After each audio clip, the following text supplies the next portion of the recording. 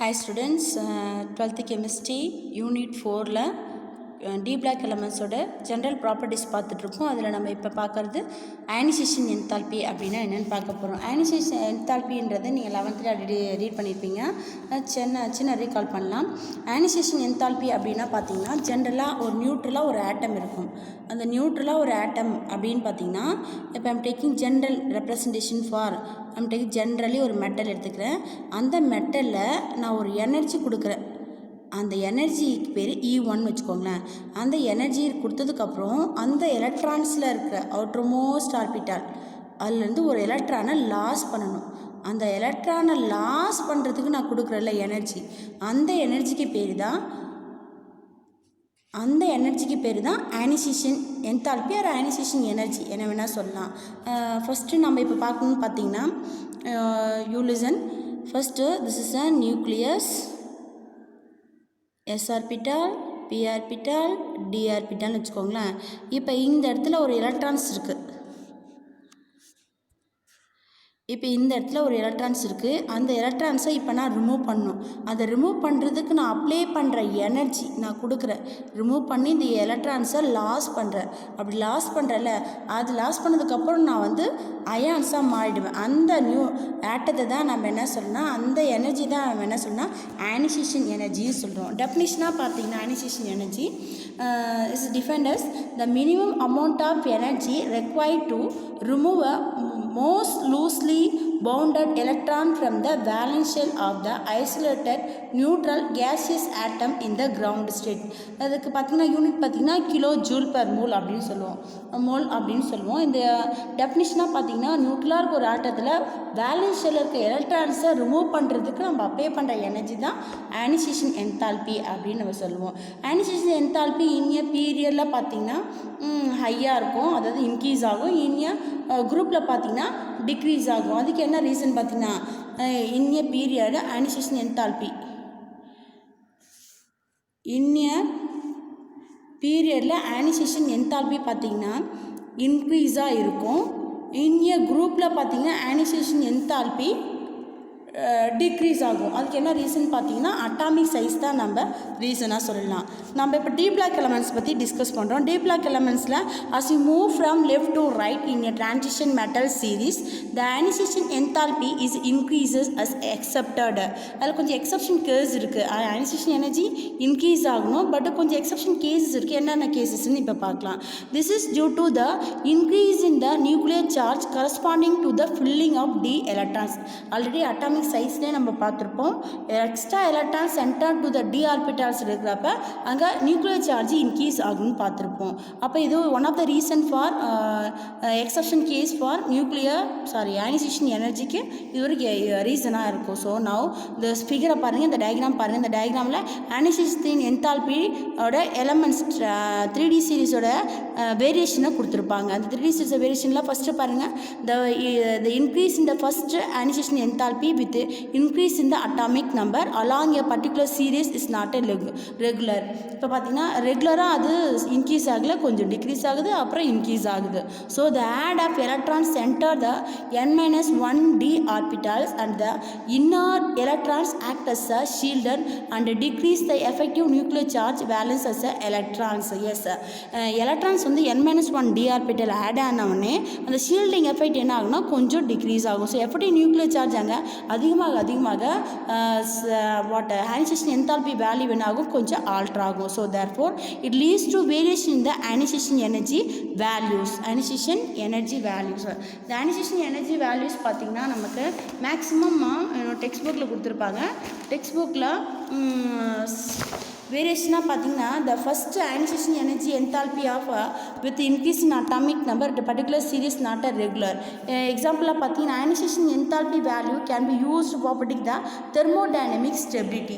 thermodynamic stability பார்த்தீங்கன்னா nickel platinum compare பண்ணுவோம். Nickel பார்த்தீங்கன்னா பிளாட்டினத்தை விட கம்மியாக இருக்கும். இப்போ பிளாட்டினத்தை விட கம்மியாக இருக்கிறதுக்கான ரீசன் பார்த்தீங்கன்னா அதோட ஆக்சிஜன் ஸ்டேட்டுன்னு சொல்லலாம். அதாவது எனர்ஜி ரெக்வயர்ட் 2 எலக்ட்ரானை லாஸ் பண்ணுறதுக்கான எனர்ஜி ரெக்வயர்ஷன் பார்த்தீங்கன்னா நிக்கலுக்கு 2490 இருக்கணும். அதுவே பிளாட்டினுக்கு பார்த்தீங்கன்னா 2655 5ஆக இருக்கணும். அப்போ வெரி லெஸர் பார்த்தீங்கன்னா நிக்கலாக இருக்கும் compared to platinum. Is a very important 1 mark questions in our 12th standard from this D block elements lesson. So now we are move to transition elements oxidation state பற்றி discuss பண்ண போகிறோம். Oxidation state பார்த்திங்கன்னா is depends upon for the ionisation energy. இந்த ionisation எனர்ஜியில் நம்ம first பார்த்திங்கன்னா 3D சீரீஸை discuss பண்ண போகிறோம். 3D சீரீஸை டிஸ்கஸ் பண்ணுறதுக்கு முன்னாடி நம்ம இந்த 3D எலமெண்ட்ஸோட எலக்ட்ரானிக் கான்ஃபிகேஷன் 3D எலமெண்ட்ஸோட எலக்ட்ரானிக் கான்ஃபிகேஷனை நம்ம பார்த்துருப்போம்.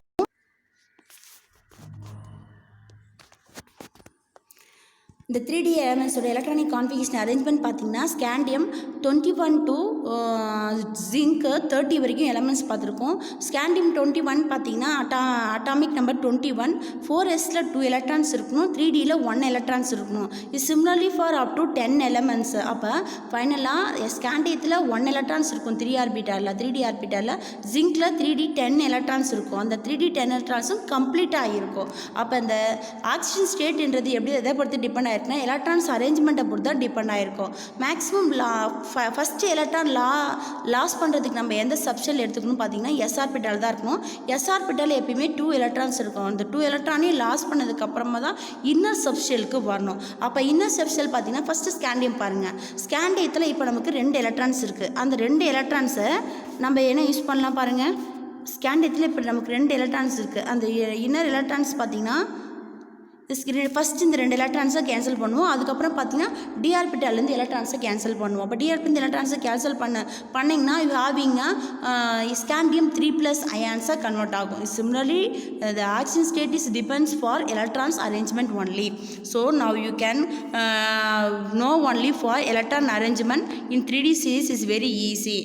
First 10 elements in 3D series is a d orbital having 1 electron is added. So now first electron loss பண்ணுறதுக்கு 4s ஆர்பிட்டாலேருந்து தான் லாஸ் பண்ணோம் according to Aufbau principle. And 3Dலேருந்து எலக்ட்ரான்ஸை லாஸ் பண்ணலாம். இந்த 2 லாஸ் பண்ணுறது தான் நமக்கு காம்பினேஷனே மேக்ஸிமம் இருக்கும். இப்போ நம்ம பார்த்திங்கன்னா இந்த oxygen state of 3D series பார்த்திங்கன்னா ஸ்கேண்டியம் பார்த்திங்கன்னா +3 ஸ்டேட்டில் இருக்கும். அது now the first series of the 3D சீரீஸில் now at the beginning of the series the +3 oxygen state is stable and but towards the end of +2 oxygen state becomes a stable. Yes, first இருக்க electrons வந்து D ஆர்பிட்டலில் lower எலக்ட்ரான்ஸாக இருக்கும். அதுவே last electron பார்த்திங்கன்னா completely ஃபில்லாக இருக்கும். அப்போ maximum நமக்கு +2 state தான் stable லாஸ்ட்டில் சொல்லுவாங்க. Next the number of oxidation state increases with the number of electrons are available. Yes, number of oxygen state increase ஆகிறதுக்கு ரீசன் பார்த்திங்கன்னா எவ்வளோ எலக்ட்ரான்ஸ் பேலன்ஸில் இருக்கோ அதை பொறுத்து தான் அது ஆக்சிஜன் ஸ்டேட் இன்க்ரீஸ் ஆகும். So it decrease the number of unpaired electrons decreases. Yes, number of unpaired electrons increase ஆக ஆக்சிடேஷன் ஸ்டேட் வந்து டிக்ரீஸ் ஆகும். அப்போ அதுக்கு எக்ஸாம்பிள் பார்த்தீங்க ஸ்கேண்டியம் பார்த்தீங்கன்னா நம்பர் ஆஃப் எலக்ட்ரான்ஸ் டி ஆர்பிட்டாலில் 1 தான் இருக்குது. ஸோ வேலன்சி கம்மி. அது ஸ்கேண்டியம் டு குரோமியம் பார்த்தீங்கன்னா குரோமியம் அப் டு மேக்னஸ் வரைக்குமே பார்த்தீங்கன்னா வேரியபிள் ஆக்சிஜன் ஸ்டேட் அதிகமாகிட்டே இருக்கும். அதே மேக்னஸ்லேருந்து காப்பர் வரைக்கும் பார்த்தீங்கன்னா ஆக்சிஜன் ஸ்டேட்டு கம்மியாகும். அதுக்கான ரீசன் பார்த்தீங்கன்னா ஸ்கேண்டியத்துலேருந்து மேக்னஸ் வரைக்கும் மேக்ஸிமம் அன்பேர்ட் எலக்ட்ரான் அதிகமாக இருக்கும். அன்பேர்ட் எலக்ட்ரான்ஸ் அதிகமாச்சுன்னா variable oxidation state you got. But number of unpaired electrons கம்மியாச்சுன்னா ஆக்சிடேஷன் ஸ்டேட்டும் கம்மியாகும். அதர்வைஸ் என்ன சொல்லலாம்னா பேர்ட் எலக்ட்ரான்ஸ் அதிகமாக ஆக்சிடேஷன் ஸ்டேட் வந்து கம்மியாகும் அப்படின்னு சொல்லுவாங்க. நெக்ஸ்ட்டு த எக்ஸாம்பிள் பாருங்கன்னா இப்போ first element of scandium only 1 oxygen state +3 oxygen state because atomic number 21 இருக்கும். 21ல் 4sலேருந்து 2 எலக்ட்ரான்ஸும் டிலேருந்து 1 எலக்ட்ரான்ஸும் லாஸ் பண்ணிங்கன்னா டியில் இப்போ நில் எலக்ட்ரான்ஸே இருக்காது. So scandium is only 1 oxidation state. The middle element of manganese has 6 different oxidation states from +2 to and +3. Yes, manganese have atomic number 25. 25 பார்த்தீங்கன்னா அதுக்கு 5 times maximum valency capacity இருக்கும். எஸ்லேருந்து 2 எலக்ட்ரானை லாஸ் பண்ணும். அப்புறம் ஈச் ஒன் எலக்ட்ரான்ஸாக loss பண்ண is having variable valency state. D பிளாக்ல highest variable oxidation state இருக்க எலமெண்ட்ஸ்னு பார்த்தீங்கன்னா மேக்னஸ் தான் நம்ம சொல்லணும். Next the last element copper shows +1 and +2 oxidation state only. +3 வர சான்ஸ் இல்லை. ஏன்னு பார்த்தீங்கன்னா ஸ்டெபிலிட்டி ஆஃப் எலக்ட்ரான்ஸை பொறுத்து அது +3 வர சான்ஸ் இல்லை. So now the relative stability of the different oxidation states of 3D metals is correlated with the extra stability of half-filled and fully filled electronic configuration. Yes sir. இந்த 3Dல நம்ம முன்னாடி பார்த்துருப்போம். Chromium and copper is a best example for stability of filled and fully filled electronic configuration. Next example பார்த்தீங்கன்னா magnus 2+ more stable than magnus 4+. Yes, magnus பார்த்தீங்கன்னா atomic number 25. 2 எலக்ட்ரானை loss பண்ணால் 3Dயில் 5 இருக்கும். அதுவே 3 எலக்ட்ரானை லாஸ் பண்ணால் 3Dயில் 4 எலக்ட்ரான் லாஸ் பண்ணால் 3Dயில் 3 electrons இருக்கும். 3D is a more stable than 3D3. So it is some very important question students. Now the highest oxidation state of 4D and 5D elements are found in their compounds. Examples பார்த்தீங்கன்னா compounds பார்த்தீங்கன்னா 4Dயில் யுட்ரியம் இருக்கும், 5Dயில் லேந்தனம் இருக்கும். இது ரெண்டுமே வந்து +3 ஸ்டேட்டில் இருக்கும்.